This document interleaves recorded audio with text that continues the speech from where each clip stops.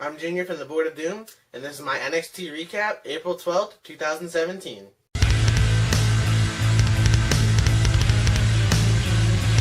And I'm actually kind of sad because NXT now has a new opening and a new song, and I like the roar of the crowd, and I'm kind of sad about it. But the new one's okay, but the new era, looking to the future. They changed the logo up too, so you can't really argue. This their decision. The first match they had was really pathetic, to be honest. It was Aleister Black, so you got to see his entrance again if you didn't see it at TakeOver. But this guy, I don't even remember his name. It was so insignificant. It was a jobber. He came in, and he started to bounce around, and then he got kicked in the face and lost. It was the Black Mass, but it's stupid.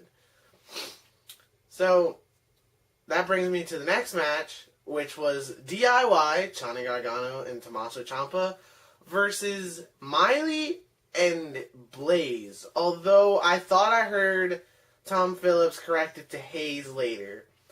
I'm just going to call him Hayes because that's what I think.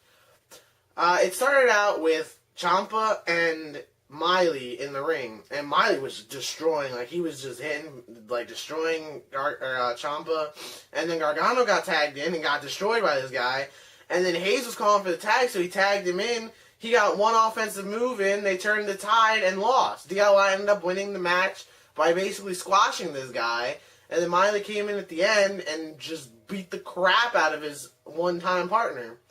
It was kind of cool. This introduces you to the monster that is Miley, and now you can push him singles, so that it works. It just kind of made no sense. Give DIY a win, but I don't know what. It doesn't really serve much of a purpose besides to try to boost this guy and kind of bury the other guy. So that brings me up to Ruby Riott versus Frankly. Now this match was okay. Riott went over. Frankly had some offense after Nikki Cross came out to distract Riott. She turned it around, and then Riott regained control and won with her set-up Pele kick or whatever they called it. And then it builds the feud between those two some more. They had a couple backstage segments where they showed an Ember Moon thing where she's standing at the TakeOver arena and talking about how she's going to come back and win the belt. They also showed this weird Billie Kay thing, which I think just progresses the story with her and Aaliyah and Liv Morgan. Probably going to be a tag match or something next week versus Morgan, Aaliyah, and Billie and Peyton. It's okay. The women's division, besides Asuka's, the feuds are kind of lame, in my opinion. It's unfortunate, but that's just how it is. And then we get to the main event. The main event match. Drew McIntyre versus Oney Lorcan. This match was awesome. By any right, not a 5-star match, but this match showcased what the new Drew McIntyre is to the WWE fans if you didn't watch anything, and it let Oney look pretty good. Drew caught a crossbody to the outside that Oney always does, and just slammed him onto the apron. It was awesome. Drew won, but Oney looked like he could have. Oney also was bleeding.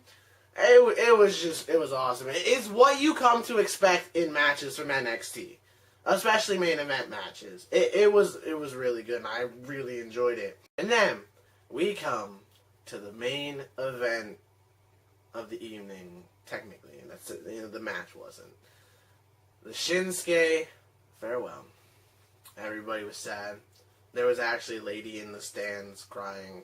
It was kind of sad. I hate to see him go personally. I love talking about Shinsuke. Shinsuke's awesome. He's going to do great on SmackDown. I actually like SmackDown if I would to pick a main roster brand. I know you're not really supposed to, but I do anyways. And it was really touching. He said he'll always be NXT. He talked about when he showed up a year ago. It was really nice. And then the entire locker room came out. Minus Rude. I do not think I saw Rude. I could be wrong. Please don't hate me in the comments. I did not see Rude. I kind of wanted Rude to push himself to the front and actually kind of break kayfabe and just, like, send him off. But it didn't happen. The entire locker room came out. Shinsuke went up. He bowed and shook the hands of William Regal. And Hideo Itami was in the front row. And then, from the back, Finn Balor popped up, gave him a little hug, and it just ended with those two kind of, Finn had his arm around him. Kind of like hey, you did it, man. I did this too. Welcome to main roster. Let's do this together type of thing. I know they're on separate brands and all, but, what are you going to do? I've been Junior from the Board of Doom. That was my NXT recap. And all I gotta say, top presenter out.